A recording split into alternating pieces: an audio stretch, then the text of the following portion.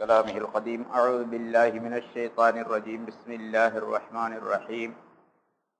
الحمد لله رب العالمين الرحمن الرحيم مالك يوم الدين. إياك نعبد وإياك نستعين. اهدنا الصراط المستقيم صراط الذين أنعمت عليهم غير المغضوب عليهم ولا الضالين. آمين. الله أكبر. கண்ணியத்திற்குரிய பெரியோர்களே, சகோதரர்களே, உன்னையே நாங்கள் வணங்குகிறோம் என்னும் பொழுது உனக்கு யாரையும் நாங்கள் இணையாக வைக்க மாட்டோம், எந்த பொருளையும் இணையாக ஆக்க மாட்டோம் என்று வணக்கத்தை அல்லாஹுக்கே சொந்தமாக்கக்கூடிய நாம் உன்னிடத்திலேயே உதவி தேடுகின்றோம் என்பதாக சொல்லும் பொழுது மற்ற பொருள்களுக்கு உதவி தேடக்கூடாது என்பது அதற்கு கருத்தல்ல. மனிதன் உலகத்தில் வாழ்வதற்கு பல்வேறு பொருள்களுடைய உதவிகள் தேவை. சூரியனுடைய உதவி இல்லாமல் மனிதன் வாழ முடியாது. காற்றுடைய உதவி இல்லாமல் மனிதன் ஜீவிக்கவே முடியாது, மௌத்தாகிவிட வேண்டிய சூழ்நிலை தான். தண்ணீர் இல்லாமல் மனிதன் வாழ முடியாது, தண்ணீருடைய உதவி இல்லாமல். ஒருவருடைய உதவி இல்லாமல் மற்றொருவர் வாழ முடியாது. உலகத்தில் அவர் எவ்வளவு பெரிய ஆளா இருந்தாலும் நான் யாருடைய உதவி இல்லாமல் நான் வாழ்ந்து வருவேன் என்று சொன்னால் யாரால முடியாது. யாராவது ஒருவருடைய உதவி தேவை. சிறு குழந்தையாக இருந்தாலும் சரி, வாலிபராக இருந்தாலும் சரி, வயோதிகராக இருந்தாலும் சரி, ஆணாக இருந்தாலும் பெண்ணாக இருந்தாலும் சரி, யாராக இருந்தாலும் சரி, ஒருவருடைய உதவி மற்றொருவருடைய உதவி இல்லாமல் எவரும் வாழ முடியாது.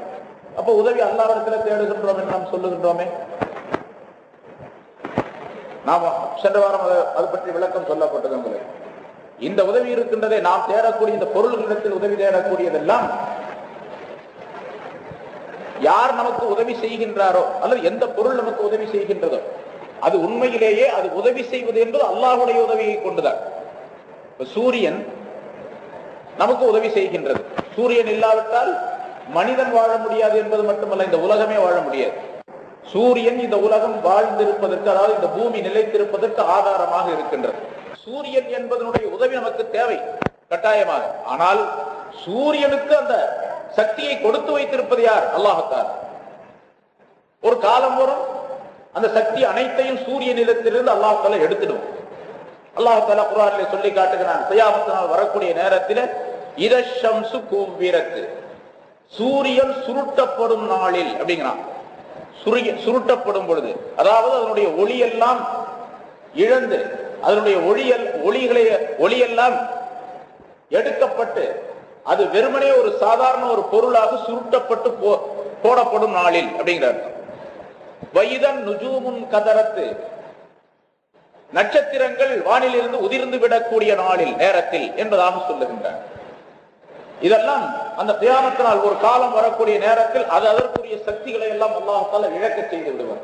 இப்பொழுது அந்த பொருள்களுக்கு அல்லாஹ் தஆலா தன்னுடைய சக்தியை கொடுத்து, தன்னுடைய உதவியை கொடுத்து, அது மக்களுக்கு உதவி செய்ய வேண்டும், உலகுக்கு உதவி செய்ய வேண்டும் என்ற நியதியை ஏற்படுத்தி வைத்திருக்கின்றார். ஆக எந்த பொருளின் மூலமாக மனிதன் உதவி தேடினாலும் சரி, உதவி தேடத்தான் வேண்டும். உதவி இல்லாமல், பொருள்களுடைய உதவி இல்லாமல், மனிதனுடைய உதவி இல்லாமல் மனிதன் வாழ முடியாது. ஆனால் அந்த உதவிகள் எல்லாம் அல்லாஹ்வுடைய உதவியை கொண்டு உதவி பெறக்கூடியவையாக அமைந்திருக்கின்றன. அசல்ல உதவி என்பது அல்லாஹ் தஆலாவிடத்தில் தான் உள்ளது. ஆக இஸ்திஆனத் ஹகீகி, உண்மையாக அல்லாஹ் உதவி தேடுதல் என்பது அல்லாஹ்வுக்கே சொந்தம். அதை அல்லாஹ் தஆலாவிடத்தில் நாம் இங்கே விண்ணப்பிக்கின்றோம். இய்யாக நஸ்தஈன், உன்னிடத்திலேயே நாங்கள் உதவி தேடுகின்றோம் என்பதாக. இதற்கு உலமாக்கள் உதாரணம் சொல்லும் பொழுது, இப்பொழுது இந்த கரண்ட் இருக்கின்றது, மின்சாரம். இந்த மின் விசிறிகள் ஓடுகின்றன, சுற்றுகின்றன. இந்த விளக்குகள் எல்லாம் எரிந்து கொண்டிருக்கின்றன. இப்ப இந்த விளக்குகள் எரிவதும் மின் விசிறிகள் சுற்றுவதும், அல்லது ஒரு ஏசி ஏர்கோன் ஒன்றை போட்டு அதன் மூலமாக குளிரை உண்டாக்குவது, அல்லது ஒரு ஹீட்டரை போட்டு அதன் மூலமாக உஷ்ணத்தை, சூட்டை உண்டாக்குவது, இதுவெல்லாம் அந்த கருவிகளின் மூலமாக அந்த செயல்கள் நிகழ்த்தப்படுகின்றது என்றாலும் கூட, இந்த பொருள்கள் எல்லாம் உதவிகளாக இருக்கின்ற, உதவி பொருள்களாக இருக்கின்றன என்று சொன்னாலும் கூட, இதற்கு அசலாக இருப்பது மின்சாரம் தான். மின்சாரம் இந்த விளக்கை ஒளிபெறச் செய்கின்றது, இந்த மின் விசிறிகளை சுழறச் செய்கின்றது, இந்த ஏசி பெட்டியை அது குளிரச் செய்கின்றது, ஒரு ஹீட்டரை அது உஷ்ணப்படுத்துகின்றது. இவை எல்லாவற்றிற்கும் அசலாக மின்சாரம் என்று அமைந்திருக்கின்றது. இந்த மின்சாரத்தை போன்று அல்லாஹு தஆலாவுடைய இஸ்திஆனத் உதவி அமைந்திருக்கின்றது.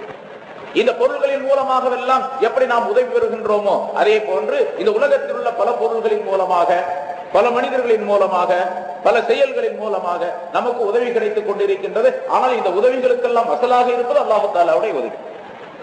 ஆக இய்யாக நஸ்தஈன் என்று சொல்லுவது மக்களிடத்தில் மற்ற பொருள்களிடத்தில் உதவி தேடுவதற்கு மாற்றமாக ஆக, அதை அல்லாஹு தஆலா இங்கே சொல்லித் தருகின்றார். இய்யாக நஸ்தஈன் என்று விளக்கம் சொல்லப்பட்டு இருக்கின்றது. உதவி தேடுதல் என்று சொல்லும் பொழுது, அதாவது மனிதர்கள் எந்த செயலை செய்தாலும் சரி, அந்த செயலெல்லாம் அல்லாஹ்வுடைய உதவியை கொண்டுதான் நடைபெறுகின்றன. ரசூலுல்லாஹி ஸல்லல்லாஹு அலைஹி வஸல்லம் அவர்கள் எதிரிகளுடைய, அதாவது பத்ர் போரிலே ஒரு பிடி மண்ணை எடுத்து அந்த எதிரிகளின் பக்கமாக வீசினார்கள். அது அந்த எதிரிகளுடைய ஒவ்வொரு மனிதருடைய கண்களிலும் அது பட்டது. அதன் காரணமாக அவர்களுக்கு ஒரு விதமான பலம் குன்றிய நிலை, தைரியம் இழந்த நிலை ஏற்பட்டு விட்டது என்பதாக சொல்லப்பட்டு இருக்கின்றது. அதே போன்று ஸல்லல்லாஹு அலைஹி வஸல்லம் அவர்கள் ஹிஜ்ரத் செய்து மதீனாவுக்கு சென்ற நேரத்தில் ஒரு வீட்டிலே தங்கி இருந்தார்கள். எதிரிகள் எல்லாம் அந்த வீட்டை சூழ்ந்து கொண்டார்கள். அந்த வாசலிலே 2 அணிகளாக வகுத்து நின்றார்கள். ரசூலுல்லாஹி ஸல்லல்லாஹு அலைஹி வஸல்லம் அவர்கள் காலையில் எழுந்து வெளியே வரும் பொழுது எல்லோரும் சேர்ந்து ஒரே நேரத்தில் அவர்களை வெட்டி விட வேண்டும். யார் முந்தி வெட்டியது, யார் பிந்தி வெட்டியது என்று தெரியக்கூடாது என்ற ஒரு திட்டத்தை போட்டு ரசூலுல்லாஹி ஸல்லல்லாஹு அலைஹி வஸல்லம் அவர்களை இன்றோடு தீர்த்து விட வேண்டும் என்பதற்காக வேண்டி அப்படி செய்து அந்த அணிவகுப்பிலே நின்று கொண்டிருந்தார்கள். அன்றைய இரவிலேயே அல்லாஹ் தஆலா ஹிஜ்ரத் செய்யுமாறு கட்டளையிட்டார். சட்டம் வந்தது, அல்லாஹ் தஆலாவுடைய கட்டளை வந்தது. அந்த வீட்டிலே இருந்த ஹஜ்ரத் அலி ரலியல்லாஹு தஆலா அவர்களை தங்களுடைய படுக்கையிலே படுக்க செய்துவிட்டு ரசூலுல்லாஹி ஸல்லல்லாஹு அலைஹி வஸல்லம் அவர்கள் வாசலை திறந்து கொண்டு வெளியே வருகின்றார்கள். ஒரு பிடி மண்ணை எடுத்து அந்த எதிரிகளின் பக்கமாக வீசினார்கள். சூரத் யாசீனில் இருந்து ஒரு சில ஆயத்துக்களை ஓதி வீசினார்கள். அவர்கள் அனைவருடைய கண்களும் அதன் மூலமாக மூடப்பட்டன. அவர்கள் யாரும் காண முடியாதவர்களாக ஆகிவிட்டார்கள். ரசூலுல்லாஹி ஸல்லல்லாஹு அலைஹி வஸல்லம் அவர்கள் தங்களுடைய வெளியே போய்விட்டார்கள். இந்த நிகழ்ச்சிகளை பத்ர் போரிலே அப்படி எரிந்த நிகழ்ச்சியையும், ஹிஜ்ரத்துடைய நேரத்திலே இப்படி மண்ணை எடுத்து எரிந்த நிகழ்ச்சியும் அல்லாஹ் தஆலா சொல்லி காட்டும் பொழுது, வமா ரமைத்த இது ரமைத்த வலாக்கின் அல்லாஹ் ரமா என்று அல்லாஹ் சொல்லுகின்றார். நீர் எரிந்த நேரத்தில் நபியே நீர் எரியவில்லை, எனினும் அல்லாஹ் தான் எரிந்தான். இங்கே மண்ணை எடுத்தது ரசூலுல்லாஹி ஸல்லல்லாஹு அலைஹி வஸல்லம் கை, வீசியதும் ரசூலுல்லாஹி ஸல்லல்லாஹு அலைஹி வஸல்லம் அவர்கள், ஓதியதும் ரசூலுல்லாஹி ஸல்லல்லாஹு அலைஹி வஸல்லம் நாக்கு, அதை எரிந்ததும் ஸல்லல்லாஹு அலைஹி வஸல்லம் அவருடைய சக்தியை கொண்டு, இந்த மண்ணின் உதவியால், அந்த ஆயத்தின் உதவியால் அது வீசப்பட்டு அவர்களுடைய கண்களில் எல்லாம் பட்டது. அவர்கள் சக்தி இழந்தார்கள் என்பதாக நன்றாக தெரிகின்றது. ஆனால் அல்லாஹ் தஆலா சொல்லுகின்றான், நீர் எரிந்த நேரத்தில் நபி நீர் எரியவில்லை, நான் தான் எரிஞ்சேன் அப்படிங்கிற அல்லாஹ் தஆலா. இது இஸ்திஆன், அல்லாஹ் தஆலாவிடத்தில் தான் உதவி இருக்கின்றது என்பதற்கு தெளிவான சான்று அல்லாஹ் தஆலா குர்ஆனிலே சொல்லி காட்டுகின்றார். இது போன்றுதான் நாம் எந்த செயலை செய்தாலும் சரி, யாரிடத்திலிருந்து உதவி பெற்றாலும் சரி, அதுவெல்லாம் அல்லாஹ் தஆலாவுடைய சக்தியை கொண்டு, அல்லாஹ்வுடைய உதவியை கொண்டு செய்யப்படக்கூடியதாக, பெறப்படக்கூடியதாக இருக்கின்றது என்பது அதனுடைய கருத்து.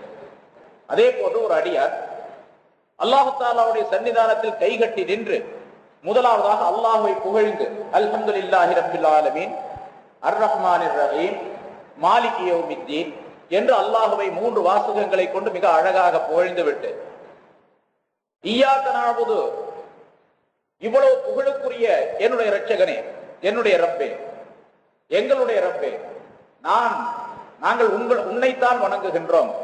அந்த நாங்கள் தனிமையாக ஒருவர் தொழுதாலும் கூட அவர் நாங்கள் என்று ஏன் சொல்ல வேண்டும் என்பதற்கு சென்ற வாரம் விளக்கம் சொல்லப்பட்டது.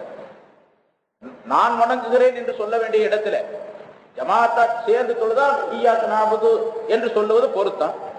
தனித்தனியா தொழுகும் பொழுது எப்படி சொல்லணும்? இய்யாக அஅபுது என்று அல்லவா சொல்லணும். நான் உன்னை வணங்குகிறேன் என்று அல்லவா சொல்லணும். உன்னையே நான் வணங்குகிறேன் என்று சொல்லணும். இய்யாக நஅபுது என்று அப்பொழுதும் சொல்லுகின்றார் என்று சொன்னால் அதற்கு விளக்கங்கள் சென்ற வாரம் சொல்லப்பட்டது. சரி, அப்படி சொல்லக்கூடிய நேரத்தில் இய்யாக நஅபுது, உன்னையே நாங்கள் வணங்குகிறோம், உன்னிடத்திலேயே நாங்கள் உதவி தேடுகின்றோம் என்பதாக அல்லாஹ்வுடைய சன்னிதானத்தில் கைகட்டி நின்று கொண்டு ஒரு மனிதன் பணிவோடு கூறக்கூடிய நேரத்தில் இப்ராஹிம் அலைஹிஸ்ஸலாம் அவர்களுக்கு என்ன நிலை ஏற்பட்டதோ அதே நிலையை அல்லாஹ் தஆலா எனக்கும் தருவான், எங்களுக்கும் தருவான் என்ற நம்பிக்கையோடு அங்கே நிற்க வேண்டும் என்பதையும் அந்த வாசகம் உணர்த்துகின்றது. பிறகு